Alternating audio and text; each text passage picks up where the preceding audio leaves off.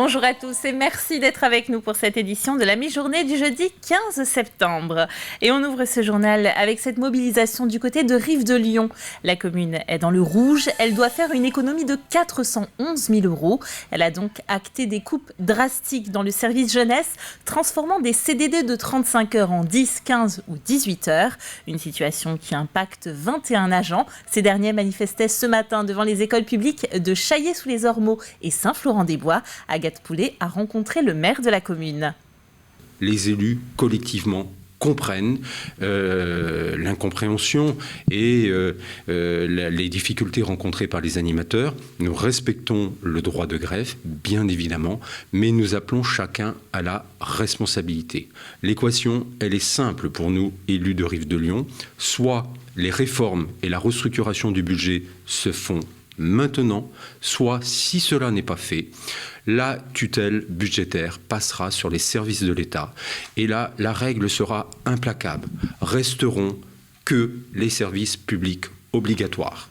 Le maire qui annonce des rencontres à partir de lundi avec des représentants et les délégations syndicales pour trouver des solutions au cas par cas. Nous reviendrons plus largement sur ce dossier dans notre édition de ce soir à 18h. Santé à présent, environ 15% de la population vendéenne n'a pas de médecin traitant. Pour y pallier, il existe le 116-117 qui est en fait la porte d'entrée des centres de soins non programmés. Ces cabinets inaugurés en janvier dernier qui proposent des créneaux de consultation aux patients qui ne peuvent être reçus nulle part ailleurs. Une vingtaine de médecins s'y relaient. Alix Lanos nous en explique le fonctionnement.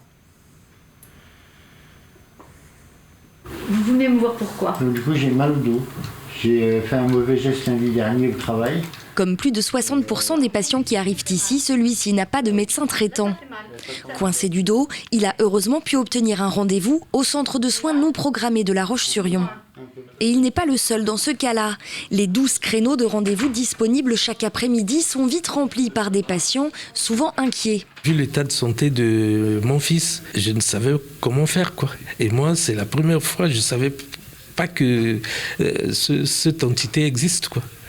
Donc c'est vraiment un grand soulagement. Ouvert en janvier dernier et installé juste à côté du service des urgences de La Roche-sur-Yon, le CSNP a vocation à accueillir les patients sans médecin traitant, souffrant d'un problème médical aigu, ne relevant pas d'une urgence vitale. Donc c'est un centre de soins non programmés qui est accessible uniquement après régulation au 116-117. Il n'y a pas d'accès direct de la population, donc c'est uniquement sur rendez-vous différé, mais c'est des rendez-vous rapides dans les 24-48 heures en fonction des places disponibles. Et pour comprendre toute l'organisation de ces rendez-vous, il faut descendre d'un étage jusqu'à la salle de régulation. Ici, une partie des appels concerne le 15, l'autre le 116-117. Au bout du fil, une opératrice de soins non programmés. Vous avez pris sa température ou pas ? Elle écoute, oriente et transfère si besoin l'appel à un médecin régulateur. Il faut avoir à l'esprit que c'est un petit peu comme si on entrait dans une salle d'attente sans avoir rendez-vous. Donc effectivement, parfois on attend, mais c'est des appels pour lesquels l'urgence a déjà été éliminée en fait. Des appels qui aboutissent pour la moitié à un simple conseil médical, pour l'autre à une prise de rendez-vous. Des rendez-vous distribués dans tout le département, dans l'un des 6 centres de soins non programmés. Un système de régulation indispensable au bon fonctionnement de l'accès aux soins. Parce qu'on ne peut pas se permettre qu'une otite, par exemple, soit vue à 2h du matin aux urgences. On ne peut pas se permettre qu'une douleur thoracique aiguë suspecte soit vue ici. Donc il faut vraiment réguler en amont pour que les personnes soient prises en charge au bon endroit, au bon moment, par le bon professionnel de santé. Un système innovant de partenariat ville-hôpital.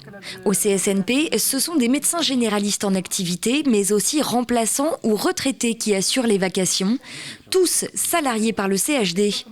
C'est l'une des solutions explorées pour favoriser l'accès aux soins des 15% de Vendéens qui n'ont plus de médecin traitant.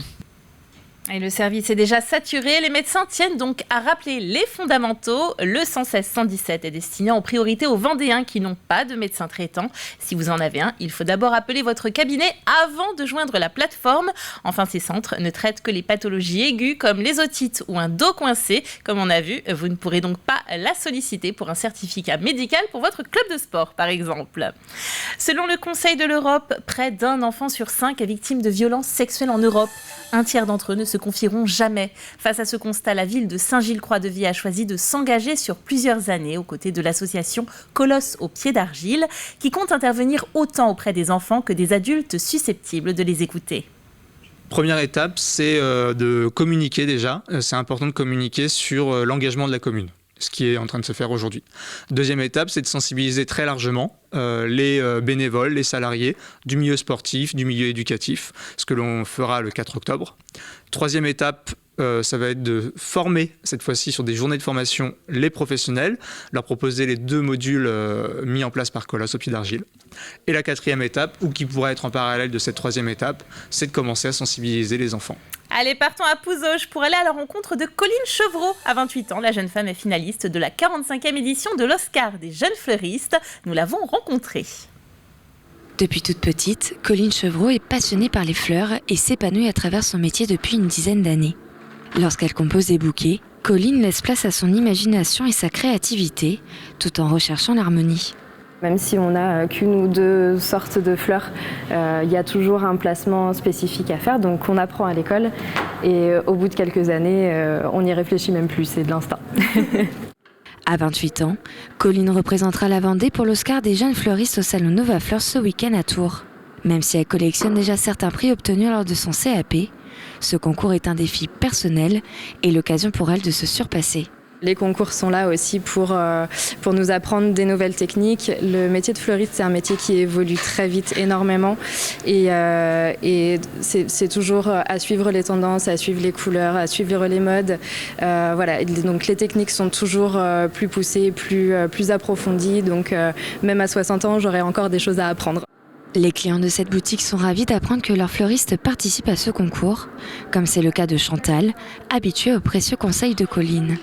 Colline, il n'y a pas de souci, elle conseille très bien, elle donne des idées pour les couleurs. Non, elle est tout à fait dans son élément.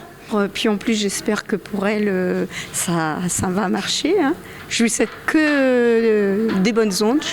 Hein. Elle va tout déchirer, voilà. Parmi ses soutiens, Colline peut aussi compter sur sa responsable Betty, qui tenait à ce qu'elle participe à ce prix et à l'accompagner au plus loin dans la compétition.